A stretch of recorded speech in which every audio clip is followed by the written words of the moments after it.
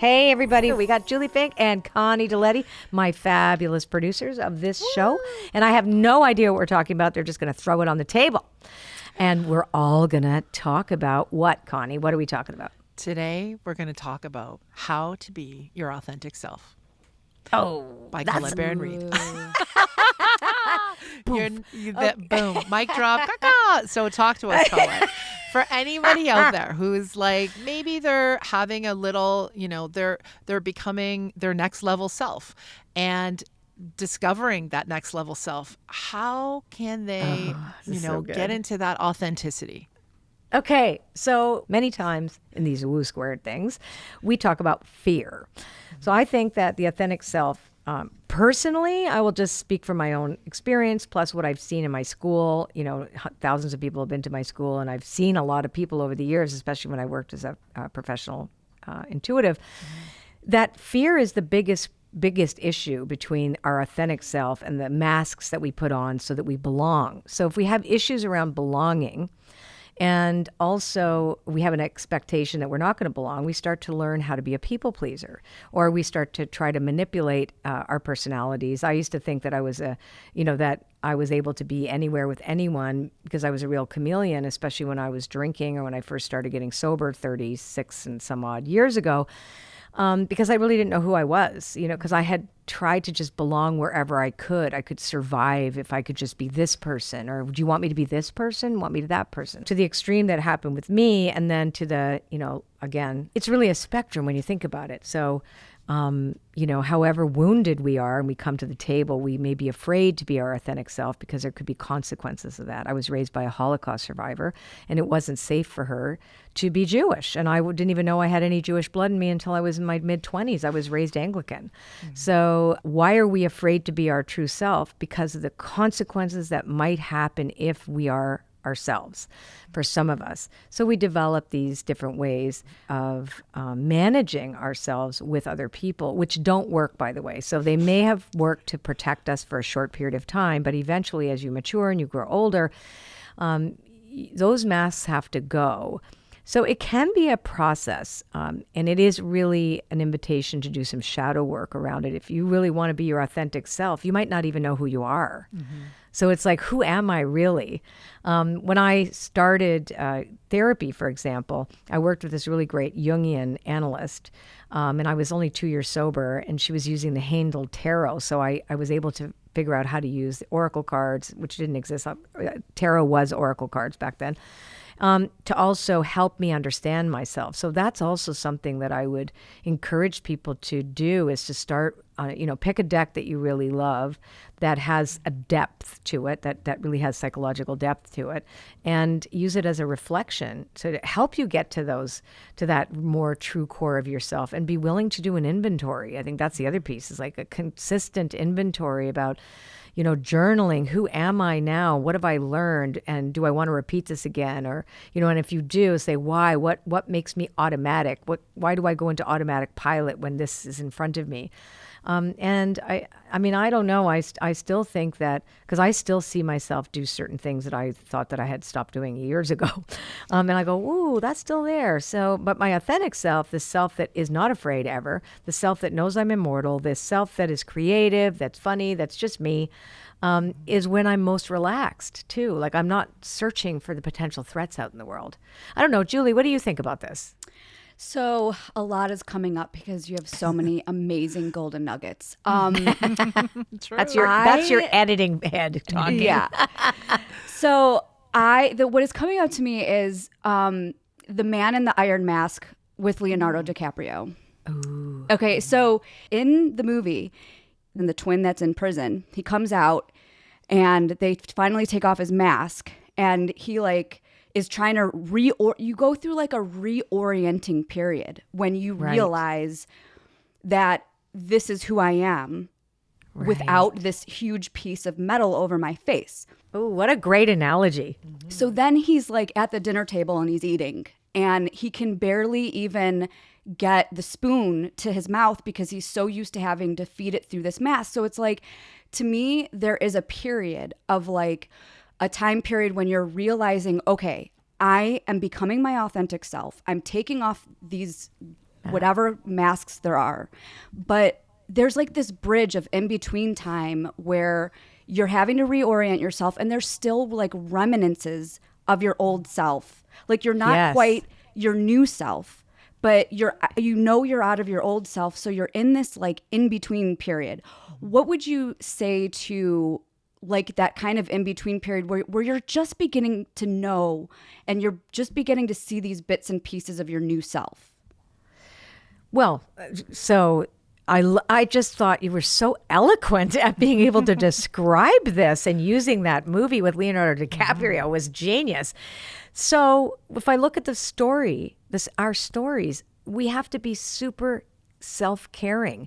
We have to be compassionate with ourselves and not expect perfection, because I think sometimes we can be ashamed of those pieces that we know, aren't there, that don't need to be there anymore. And we're like, oh my God, that's still me? Wait, I don't know how to be this new me. And you need practice at it. You need to, like, for example, setting boundaries. What if this is the first time you set a boundary and you want to build a giant metal wall right off the bat, instead of realizing, oh, I can just say no. I don't have to make a big thing.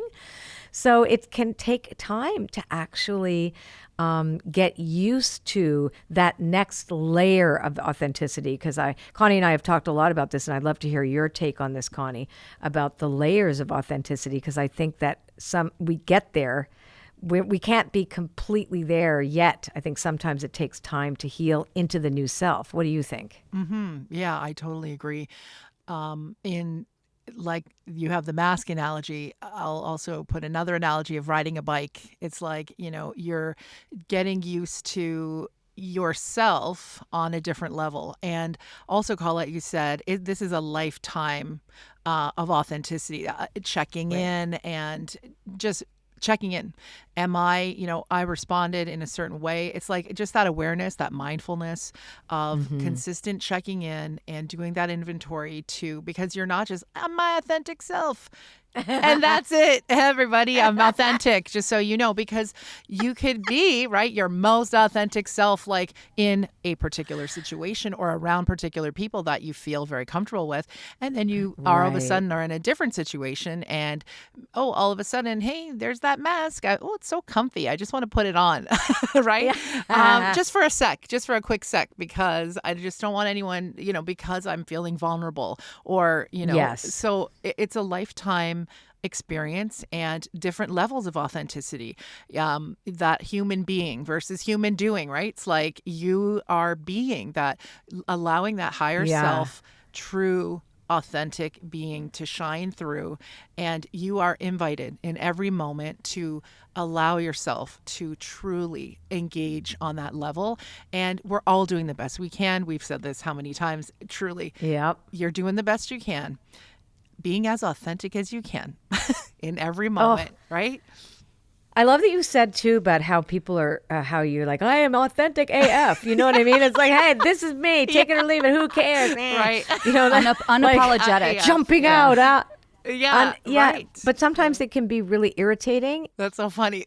Also, it can be very irritating, i.e. your authentic AF self is irritating the shit out of me, right? It's like, because guess what? That's another invitation. P.S. Your authentic self just had a reaction to someone else being their authentic self, right? Exactly, because I have irritated. That's what I meant, because I've actually done that when I think I've come to this new, I am now going to set a boundary. I'll show you. Boom. Right? Instead of giving yourself time to sort of get your sea legs. Right now, I'm going to go to the boat. You went to a bicycle. She was in the iron mask. Now I'm on a boat. Like we're using all these different analogies. Right. But it can be really extreme sometimes, and then there's a lack of growth and maturity sometimes. I think that I really notice a self-indulgence lately, especially on the internet, especially on social media, where people are like, I am claiming this. I'm like, okay.